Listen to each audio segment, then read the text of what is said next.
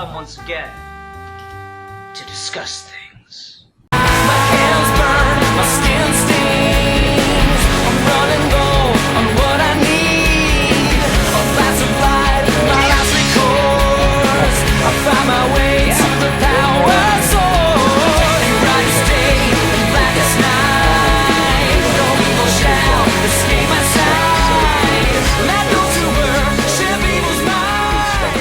I guess this little random thing did it. So, hi everyone. Welcome to another episode of Geeky Gentlemen.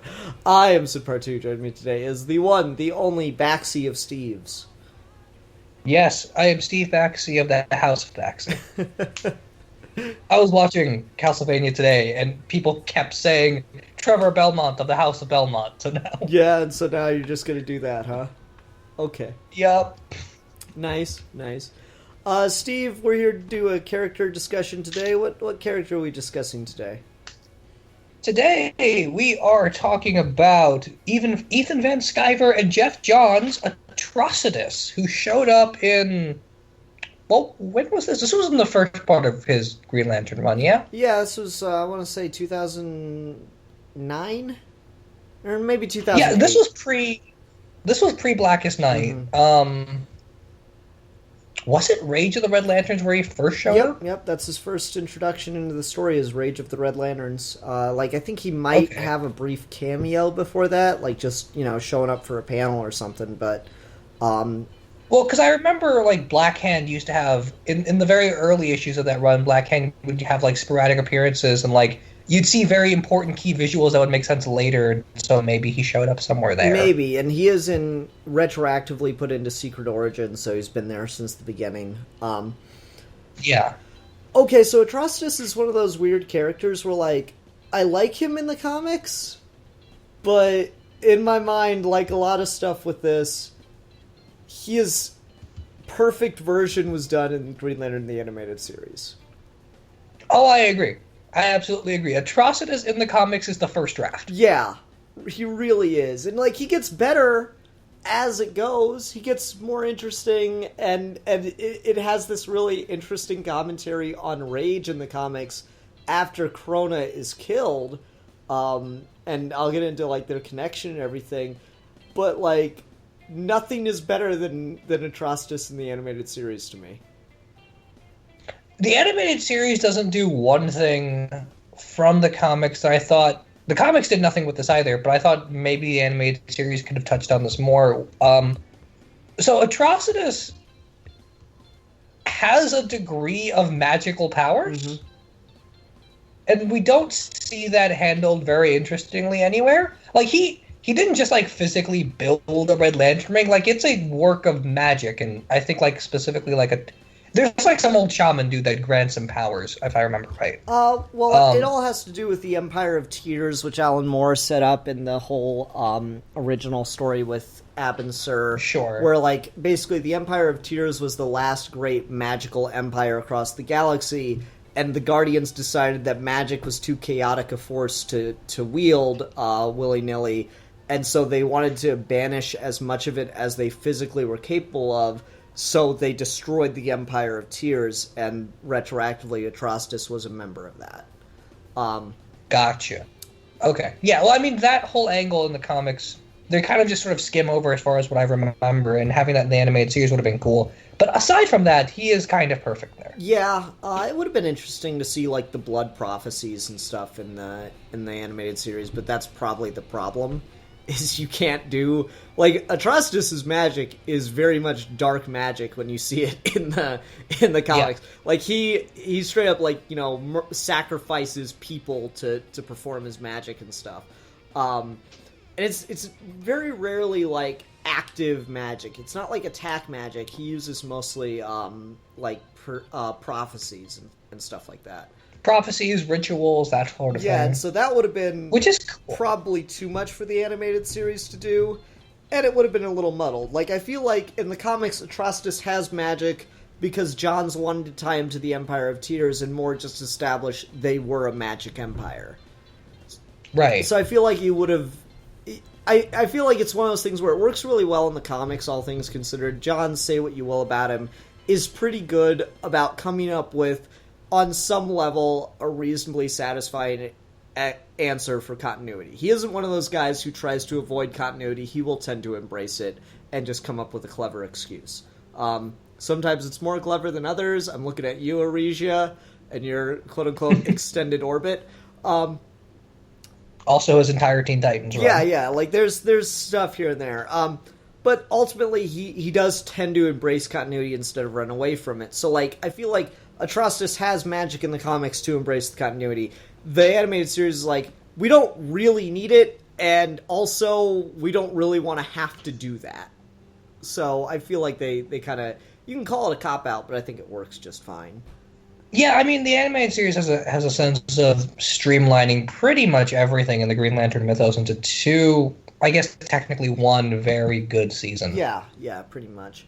But what I like about Atrocitus in the animated series is his goal is much more clear and concise, and he is completely unrelenting in that. And I think that it all boils down to the difference in the oath between the comics and the animated series. Because there's only really one line that's different. But I feel like it really kind of solidifies the difference in the philosophy between the animated series Atrocitus and the comic Atrocitus. In the comics, the oath is, with blood and rage of crimson red, ripping from a corpse so freshly dead, will... shit, I forgot the line. We'll do something... Shit, hold on, I gotta look it up now, I feel bad. Red... I was about to pull it up, too. Yeah. This kind of undercuts my These point. oaths get very confusing. Yeah, it kind of undercuts my point. Alright, with blood and rage of crimson red, ripped from a corpse so freshly dead, together with our hellish hate, will burn you all, that is your fate. And the line that's changed for the animated series is, ripped from a corpse so freshly dead. In the animated series, it's, we bend your minds to pain and hate. And, like, that is such a key difference in what that core stands for, then. The difference is... Yeah. The difference between all, like, metal and corpses and all this stuff to will turn your minds to pain and hate. It shows the very manipulative nature of rage. And that Atrocitus doesn't care why anyone else is in his core. They are means to an end for him. And it is just all about hating the Guardians so much. And I really, really enjoy that about him. One, Razor's a really good example of why the comics oath wouldn't work in that show. Where, like, literally the second episode of that is him allowing himself to be tortured so that he could keep reliving the day that made him a Red Lantern over and over and over again. Mm-hmm. Because that's the kind of drone level of hate that Atrocitus inspires. Yeah, exactly. And, like, it's interesting because the Red Lanterns in the animated series have much more control over their actions, whereas when they first get introduced in the comics, they're a frickin' mad dog. And that's... Yeah, they literally just run around yelling and vomiting blood. It's hysterical. Yeah, they are literally just dogs off a leash. And... You know, that's interesting, and you would expect, like, with what Atrocitus is doing to them in the animated series, that they'd be more like that, but it's not, and that's interesting. Now, the comics take a very big turn with the core after we get into New 52, and I definitely want to talk about that, but it is worth talking about Atrocitus's change and just, like, what it means to be fueled by rage in the comics when he gets the end result of his rage. And this is where we get into, like, the animated series did it really well, where they kind of dealt with what emotions mean and how they interact with each other, that I don't think the comics ever quite do. But they try. They try, but so they just hard, like it never works. You can really tell that there's a bit of an Eastern influence in the animated series. Yeah. But, like, so in Old 52, right before we get into New 52, it's revealed that so Atrocitus is all pissed off because the Manhunters murdered an entire sector, including his family. He's one of the few survivors. Krona, it is revealed, was the one that programmed them to do that. Also, he could prove a point to the Guardians. And so Krona became the focus of Atrocitus' rage. Krona fucking dies at the end of Old 52, before we get into New 52. And so the first issue of the New 52 Red Lanterns book is Atrocitus sitting there looking at Krona's dead body. He's like, what the fuck do I do now? And that's, like, really fascinating to me. Yeah. And it's just, like, he kind of goes off and decides to become Space Punisher. And that's somewhat warranted. But I found the burning question of the person who I've dedicated all my life to for billions of years is now dead. So what does that leave me with? And I think that just kind of is a great commentary on the impotence of rage. Well, with the way you talk about it there, it's kind of like, what would happen if Thanos finally got death in some way? Because Thanos is very much like tied up on this very one singular cause, and he is quote unquote the Mad Titan. So it's kind of weird. Like, Darkseid is always thought as the DC equivalent to Thanos, but like with the sort of mad rage Atrocitus represents and sort of where he's left, he seems closer to Thanos and Thanos' origin. Yeah, I'd agree with that, because Darkseid's a force of nature. Atrocitus is a person motivated. Same with Thanos. He's a person motivated by irrational emotions.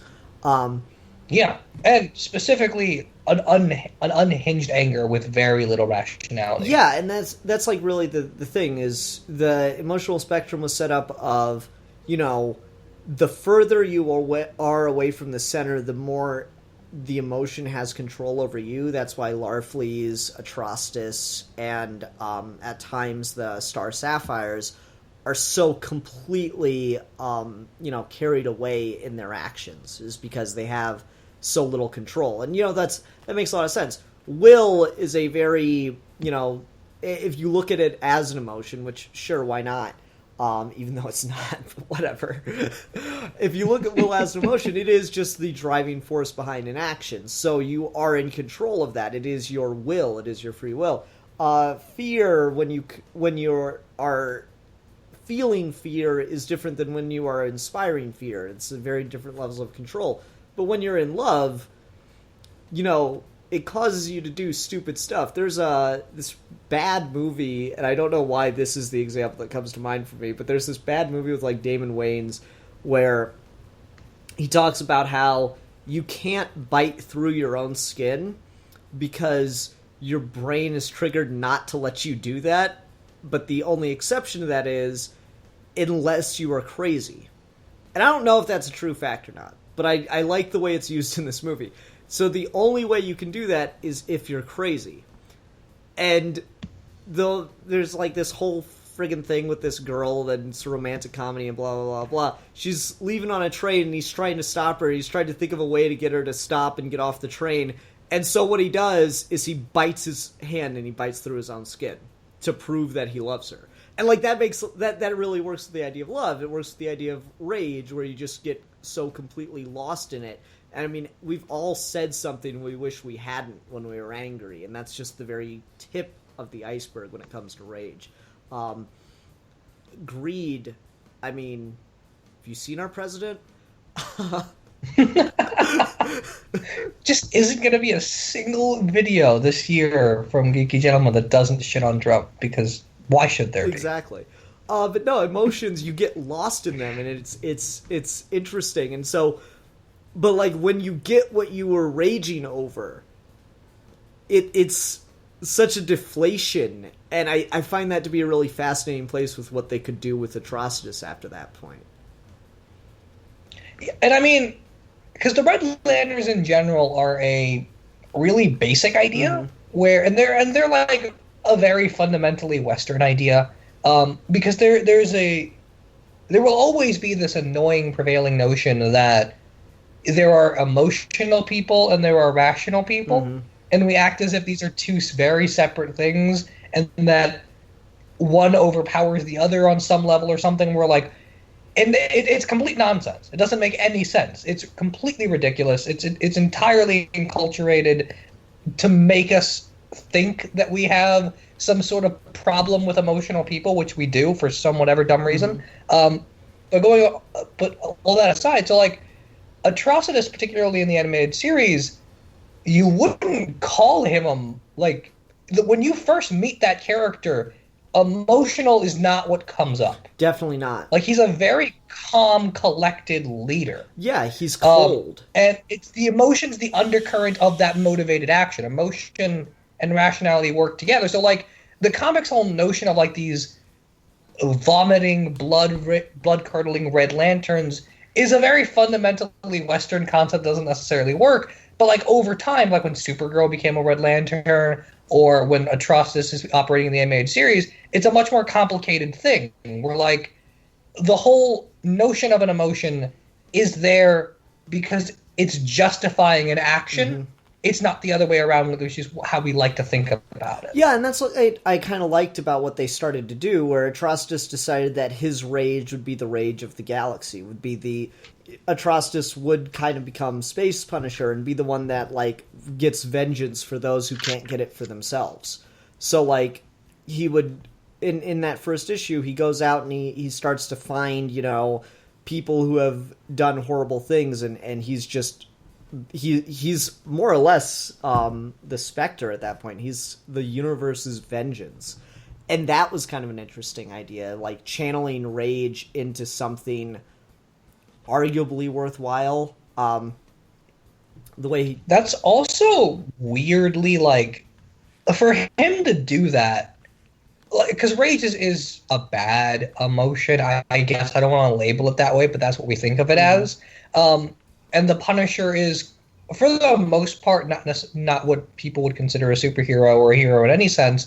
So, like, for Atrocitus to go out and do that, he has to take his rage and make his rage the rage of other people, which is almost exactly the definition of empathy. Yeah, exactly. And I really, really thought that was cool. Really bizarre. Yeah, I thought that was really, really cool and an interesting place to take him in the comics. I don't really think they stuck with it. Green Lantern got really weird after Johns left, where, like, everyone's like, okay, now we have all these cores. What do we do with them? Do we just keep having them fight each other, or do we just keep introducing big galactic threats over and over again? I don't... We kind of did both constantly. Yeah, it was back and forth with that, which was a problem. But I thought just the notion of making Atrocitus feel that way. And you said something which is something I want to pick up on, because I never get the chance to talk about this. And as you know, it was one of the great things, in my opinion, of New 52. New Guardians. Oh, yeah. There was this... You said that rage is a negative emotion, and, like, you obviously have some hang-ups about that, and that reminds me of one of my absolute favorite scenes from New Guardians, where Kyle Rayner was sitting there talking to Indigo, and he says, I have no problem getting the positive emotions like love and compassion. It's the negative ones that I'm having so much trouble with, like rage and greed. And she's like, she sits there, she looks at him and is like, there's no negative, there's no positive. All of them are part of a spectrum. And that's, like, the issue. I'm pretty sure that's the issue where he figures out how to use rage and or greed. And that was, like, the best thing ever to me. Was just, yes, thank you. It's supposed to be more complicated than that. And, like, I did that series of videos where I talked, or of the Lantern Oath videos. And, like, on the White Lantern one, people will go, like, will always leave comments suggesting other oaths that I should have done for the White Lantern, since they still don't have an official oath for that.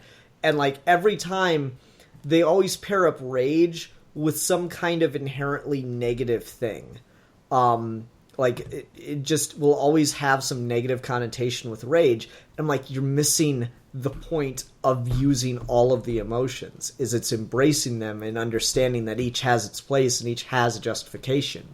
And I think that Atrocitus doesn't quite get that, but by being more empathetic, in channeling his rage for the unjust of the galaxy. I feel like that was like getting to that place on some level. Like they were getting there, they just didn't know they were getting there, right?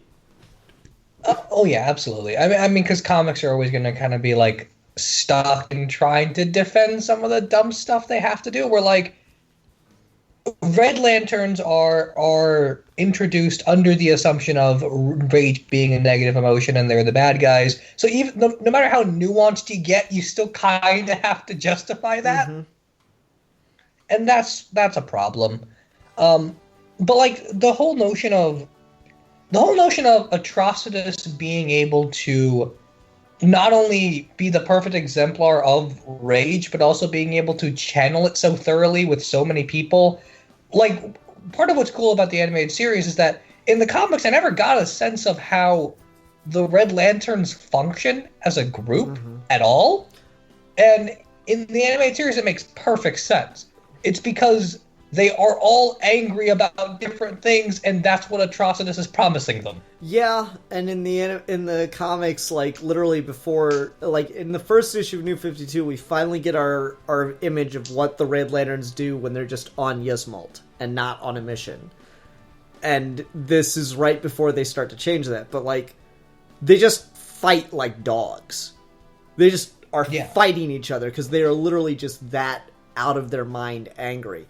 And this is where, like, Atrocitus goes, I can't keep having this. It's not productive.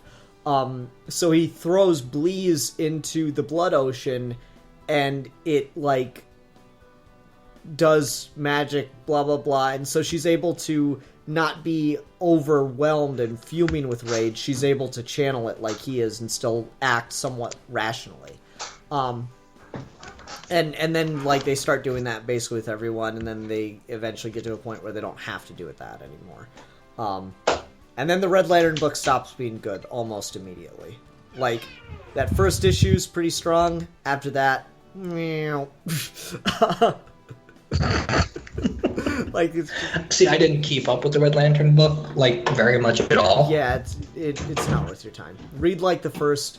I don't know, I'll say the first arc is pretty good, especially when they give you Earth's Red Lantern, not counting Dexter, because Dexter is awesome, but Earth's human Red Lantern, his arc of how he gets there is kind of interesting, because, like, basically it's two brothers. One's, like, always really calm and rational and lets people walk all over him because he's a bit of a coward. And the other's a hothead who's always, like, pissed off and really angry about stuff. And their father gets killed. And one of them wants to go and kill the guy, or one of them goes out and kills the guy that killed their dad. And then the police chase him down to his brother's house, and his brother's trying to, like, shelter him and, like, just calm down, just stop this. And it's like, no, I'm gonna go out and blaze of glory against the cops. And he goes out there and the cops shoot him to death. And then the brother that was all calm and rational gets pissed the fuck off because he can't bottle it up anymore. And he gets a red ring. That was fascinating as shit. See, when you talk about it in those terms, I'm not prepared to, like, defend this or articulate it in a better sense. I just feel like implicitly it makes sense to me right now. When you say that, the Swamp Thing Batman issue could very easily be a really cool Red Lantern story. Nice. Yeah, like, there's all these moments of just outrage, and it's interesting to see how the Red Lanterns got their rings, and it's very different compared to the animated series, where, like, it's already over for Razor when he gets his ring. Like, there's nothing left of his society anymore. And then you find out that Atrocitus killed her. Like, Atrocitus groomed Razor to be in the Corps. And, like, I just wonder how much he did that with other characters. Yeah, no, absolutely. And partly because this being the other thing where, like, anyone that wears a specific Green Lantern, or not Green Lantern, a specific ring tied to a specific emotion does not in any way mean that that's the only emotion they feel. Mm-hmm. So with Atrocitus, rage is the predominant thing, but particularly in the animated series, when they show Razor going from red to blue, it's just more of a matter of how Atrocitus is able to utilize that rage and then do really interesting other things with his emotions, like the kind of greed he has for building up the Red Lantern Corps, or like the sort of almost weird faith he has in Razor being helpful to his cause. Well, like, he has a very interesting relationship with Razor for the first half of that season. Yeah, and I mean, he goes away at the end of it because he's defeated, but, like, man. Yeah. And, you know, it's just really interesting to see how close he gets to what he wants, and how, you know, the Guardians, say what you will, hiding genocide's a bad thing. The Guardians actively learn from their mistakes, and, you know, you have that great line that Sade gives to Appa, where she's like, perhaps this is not unlike how the residents of Sector 666 felt when they were being hunted by the Manhunters. And, like, they clearly learn from their mistakes in that series, not in the comics, but in that series, whereas Atrocious is literally hunting people down and destroying planets all in the name of his just rage. It's like, you're right. You have so many reasons to be angry about this. You are committing genocide against people who have nothing to do with it, though. And that's disgusting. Like, Atrocious in the animated series really is that, like, person who has become so blinded by their hatred that they've turned into the things they hated to begin with. And that's... Yeah. You know, it's poetic, it's brilliant, and it just works so damn well.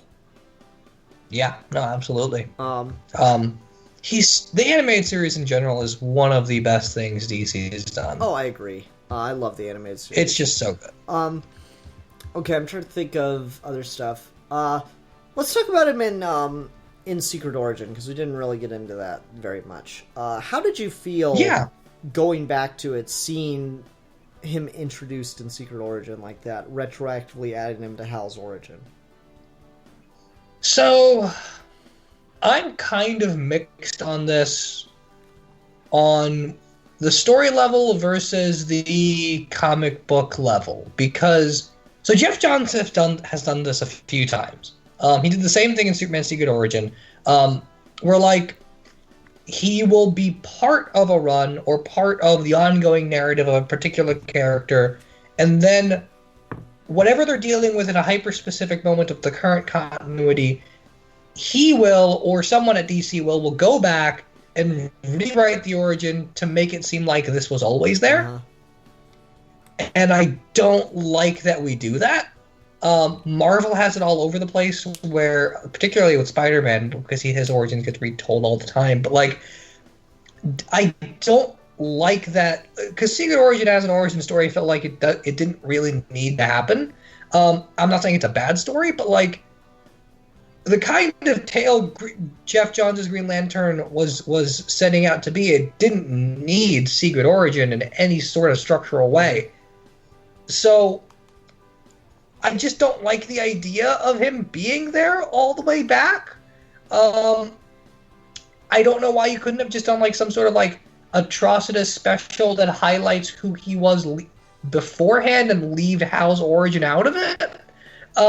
For me, that said, it's handled as best as it probably could have been. Yeah, for me, I don't really care for, like, the fact that Hal defeats him and all that stuff. I mean, it works well enough, because he just kind of plays, like, monster of the week kind of thing in that.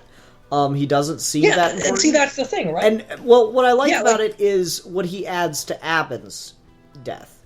That's the thing I like about it. Because, like, Moore did the whole thing where Abin Sur's told his ring will fail him, and it's really subtle and you know, it's very Moore-esque, where Abin's having this conversation with his ring where he's like, well, I'll plan to always keep my ring charged. Oh, speaking of which, when was the last time I charged you? 2 minutes ago, Abin. Oh. Well, let's do it again, just in case. And that's, like, a really, really cool scene. But I also really like the way Johns inverts it with Atrocious, where it's like, the ring doesn't fail him, Abin fails the ring, because he doesn't have confidence in it anymore, and it makes him unable to use it right. And that was something I really, really enjoyed. See, and that's really cool. It's just the thing he's fighting and Atrocitus' role in the story is so minuscule to where he doesn't have to be an Atrocitus. Yeah. Yeah, I agree. But, like, if you cut out the Atrocitus and Yesmalt name drops throughout that story, it's just a really solid Hal, Abensur, Sinestro origin. Yeah, I think so, too. And that's why, like, I'm kind of like, it just works. It doesn't, like, need to be Atrocitus, but at the same time, economy of storytelling, why not make it Atrocitus, right? If you're planning to use him down the road and stuff. Sure, but then if you're going to make it Atrocitus, you should do something where, like, there's now a necessity to this person being Atrocitus, and that's never there. I'll give you that. It's not perfect, but I like enough around it that I think it works. Which is fair. It's just a matter of, like, I don't go to that story in any way and remember that Atrocitus is there until we start talking about that, because it's not his story at all. Yeah. Okay. I think that's pretty good. I don't have anything else to really say about Atrocitus, do you? Not particularly. The good news is, with our next section, Red Lanterns have really blown up in popularity, so there will be a few things to recommend. Cool. What do you recommend then? So I'll let you handle the obvious choice, and I'll just say the less obvious choice of the New 52 Supergirl run. The New 52 Supergirl run leads into and does a lot of stuff with the Red Lantern book, and specifically with Supergirl becoming a Red Lantern. And Atrocitus shows up throughout that, and he's really good in that. It is during that more Punisher phase, so, like, he's much more reasonable, and it makes him sound more like the animated series one than it does anything else. So that's really good. And then just Rage the Red Lanterns as part of Jeff John's ongoing run. That would be, like, the two big things. I didn't actually read the Red Lantern book, but I read what's relevant for Supergirl. So. Gotcha. Yeah, I'd say probably, like, the first issue of the Red Lantern book, and then maybe check in on it periodically. What else? Obviously, the animated series is, I think, the best thing done with him, particularly that first half. And, I mean, he comes back in the second half, but more as just a tool. I really, really like, what Johns does with him throughout his run. Like, Atrocitus keeps coming back, and he keeps being a bigger problem as he goes, because he's, like, getting smarter. Like, he learns how to ring sling is what it is, because when you first meet Atrocitus in Rage of the Red Lanterns, he's not incredibly knowledgeable. He's just, he's never worn a goddamn power ring before. But, like, even though I hated the stuff with Green Lantern around Brightest Day, like, it was fine for Green Lantern, but, like, you're writing a story called Brightest Day, Green Lantern should probably be involved. I didn't really care for that stuff, but, like, there was this one epic-ass moment in the Green Lantern stuff surrounding Brightest Day where, like, he learns how to do constructs, and that was pretty badass. Because prior to that point, all he could do was energy blasts and, like, the whole vomiting blood thing. So there's a lot of cool stuff. There's a great issue of Blackest Night with Atrocitus where he gets his heart taken out by one of the Black Lanterns, but it doesn't matter because the ring has replaced his heart, which is really cool. So, science that one, will ya? Like, I guess on some level it could make sense. It could, like, form a construct to replace your heart if you're never able to take the ring off. I guess that works. And I mean, your brain will be alive long enough to send that signal, probably. Yeah, you got this. You're good. Yeah, sure. Yeah. Comic book science, it makes sense. So yeah, there's a lot of good stuff to read with Atrocitus. He is, Oh, and Injustice 2. He's a playable character in that, and his part in the story is pretty badass. Yeah, cool. Okay, I think that'll do it. Steve, what character will we be discussing next time? Okay. Let's see. I haven't entirely thought about this. Can we talk about Dracula next time? How about Dracula? Just Dracula in general? Yeah, because I was watching Netflix's Castlevania show, which everyone should check it out. It'll take you 2 minutes. So, yeah, let's talk about Dracula. Dracula in general, the old Bram Stoker story, my favorite version, stuff like that. Okay. I'm kind of in a vampire mood. Okay, all right. That makes sense for you. Okay. Everyone, thanks very much for watching. Please join us next time. Until next time, though, I'm the Philosopher. And I am the Exile. And we are your geeky gentlemen. And we will be discussing things.